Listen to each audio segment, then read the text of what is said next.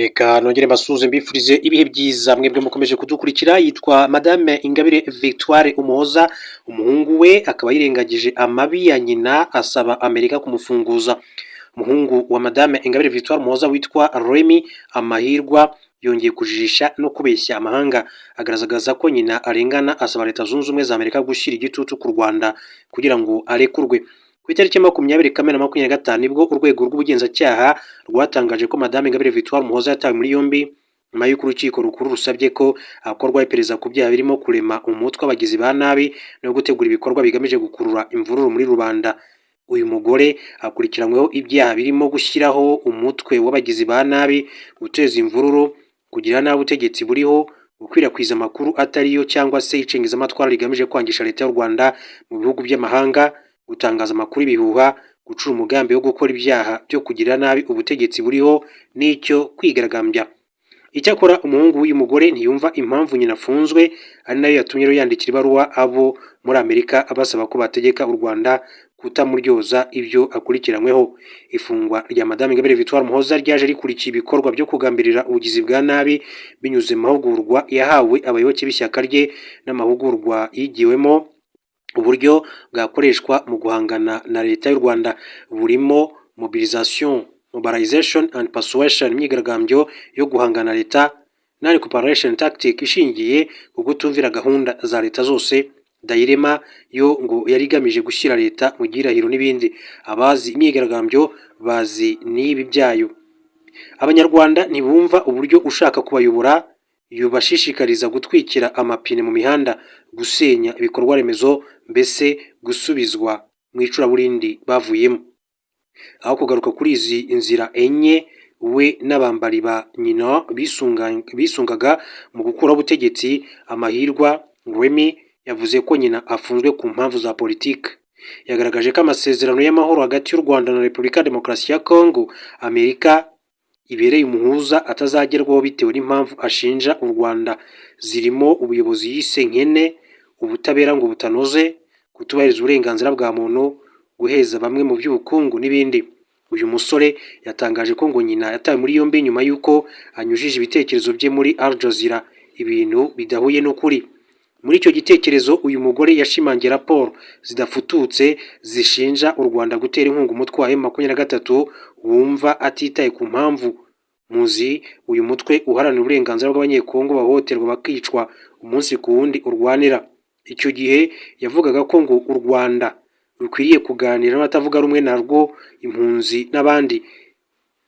Yibagije ko no kwivuka azi neza ko ibiganiro hagati ya Leta y'u Rwanda n'impunzi ziri muri Repubulika ya Demokarasi ya Kongo bigamije kuvugira umutwe w'iterabwoba FDLR, na cyane ko ariwo ukomeza kugenda uhakorera.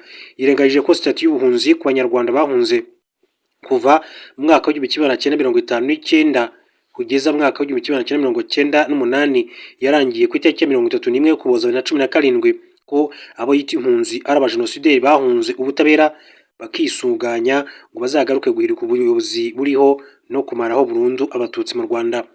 Uyu muhungu yagaragaje ko ibyaha nyina akurikiranyweho nta shingiro bifite, ahubwo ko bishingiye ku mpamvu za politiki. Yabuzwa n'iki ko nyina atakatirwa imyaka 15 akabarirwa 7?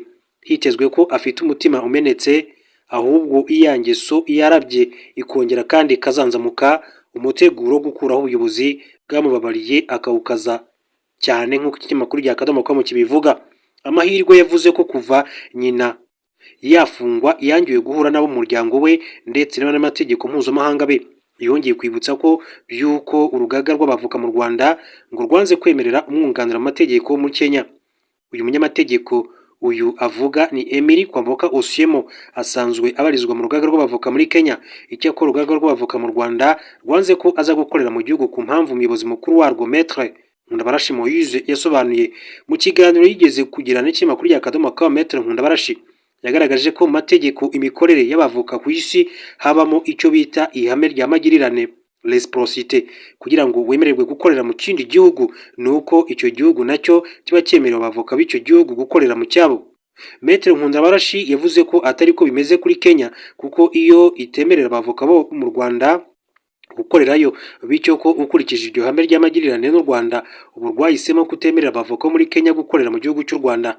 Mu mvugo zivuguruzanya, uyu muhungu wa Madame Ingabire Victoire Umuhoza yavuze ko nyina abayeho nabi kandi atemererwa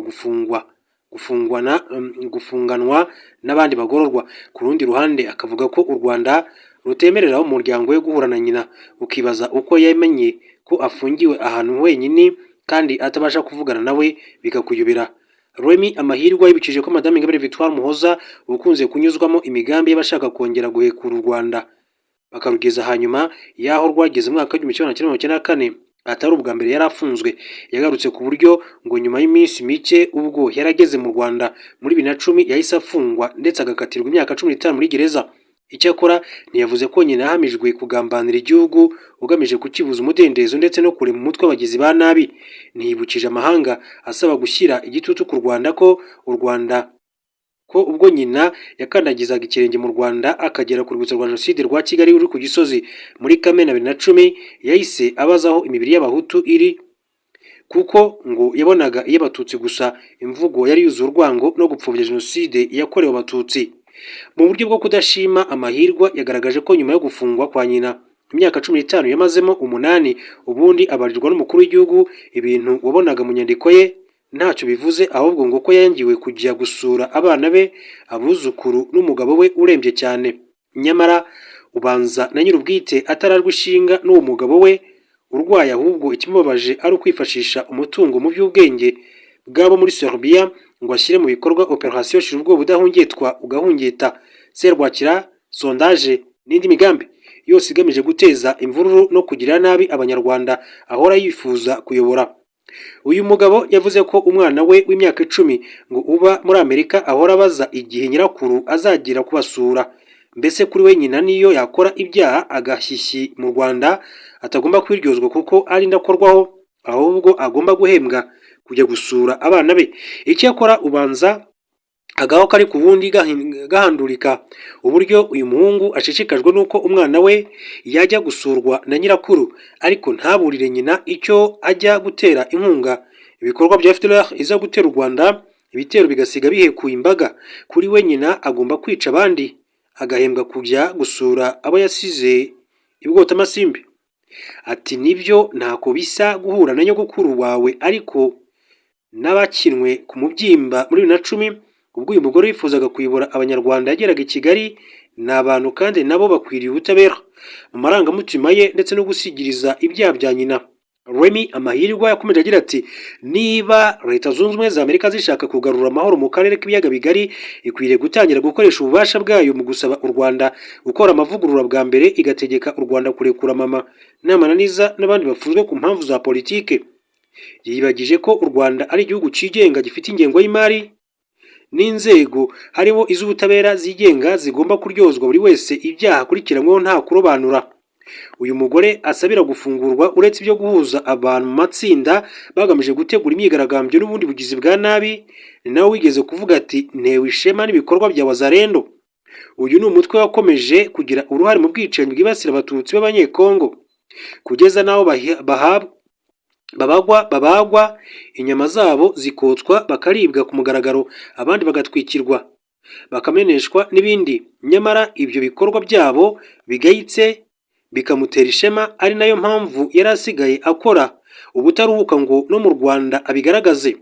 Remy Amahirwa yayobeje amahanga ananirwa kwibutsa uburyo nyina wizerera mu gukora politike binyuze mu kubuza igihugu umudendezo yakunze gutera inkunga FDLR igahungabanya u Rwanda. Aha na hariya inzirakarengane na n'ubu zikaba zitarabona ubutabera. Remy Amahirwa yatanze ingero ngo z'imiryango mpuzamahanga zemejwe ko nyina afungiwe ibitekerezo bye, ariko yibagije ko iyi miryango ariyo ikoresha nyina umunsi ku wundi ngo irebe uko yasubiza u Rwanda mu bihe by'umwijima rwavuyemo, nk'uko ikinyamakuru ya Akadomo.com cyakomeje kugenda kibigarukaho. Ndabashimiye ndabifuriza ibihe byiza.